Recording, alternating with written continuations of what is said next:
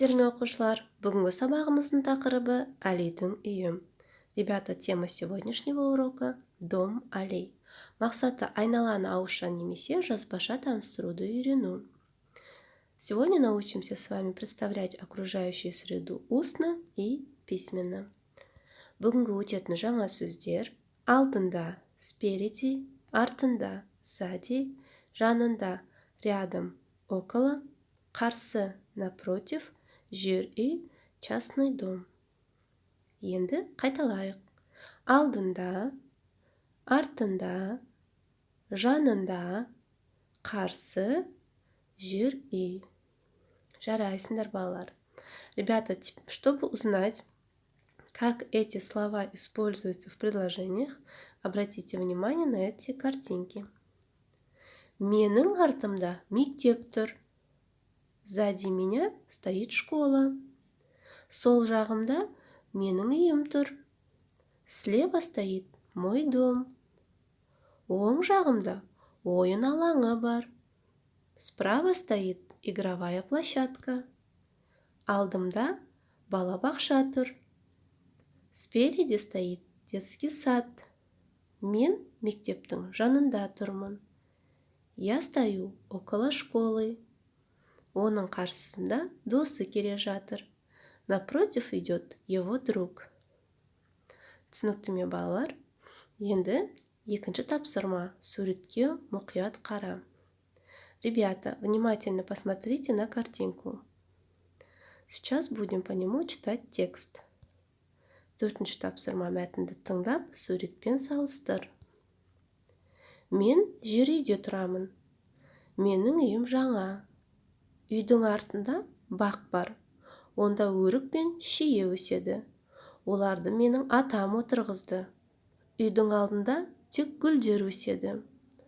Менің үйімнің жанында гараж бар. Қазір әкемнің көлігі гараждың ішінде тұр. Үйдің оң жағында көрші жоқ. Сол жақта көршіміз бар. Теперь, ребята, вам нужно самостоятельно прочитать текст вместе с переводом. Потом этот текст сравнить с картинкой и в картинке найти ошибку.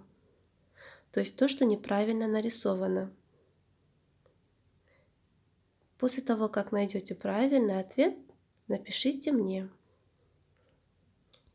Келесі есте сақтайық. Запомните. Ребята, на прошлом уроке мы с вами проходили притяжательное окончание казахского языка. Сегодня мы будем повторять третье лицо оның, то есть его, либо ее. Третье лицо оның имеет окончание «э», «с». Мысалы, его гараж, оның гаражы, ее дом, оның үйі, его дедушка будет оның атасы, ее сосед будет оның көршісі. Обратите внимание на окончания и как они прибавляются. Второе правило, которое мы с вами проходили на прошлом уроке, это буквы, которые имеют парные звуки.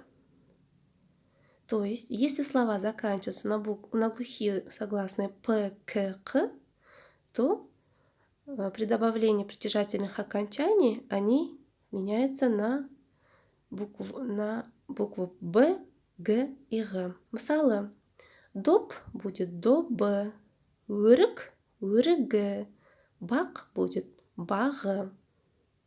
Вспомнили, ребята? Теперь давайте выполним задание. Алтыншы тапсырма. Тиісті қосымшаларды жалғап жаз. Ребята, вам нужно будет по этому правилу выполнить задание. То есть добавить нужное окончание. Жақсы, енді үй тапсырмасы. Бірінші ережені жаттау, екінші жаңа сөздерді жаттау. Ребята, вы должны будете выучить правила, а именно притяжательное окончание казахского языка и выучить новые слова.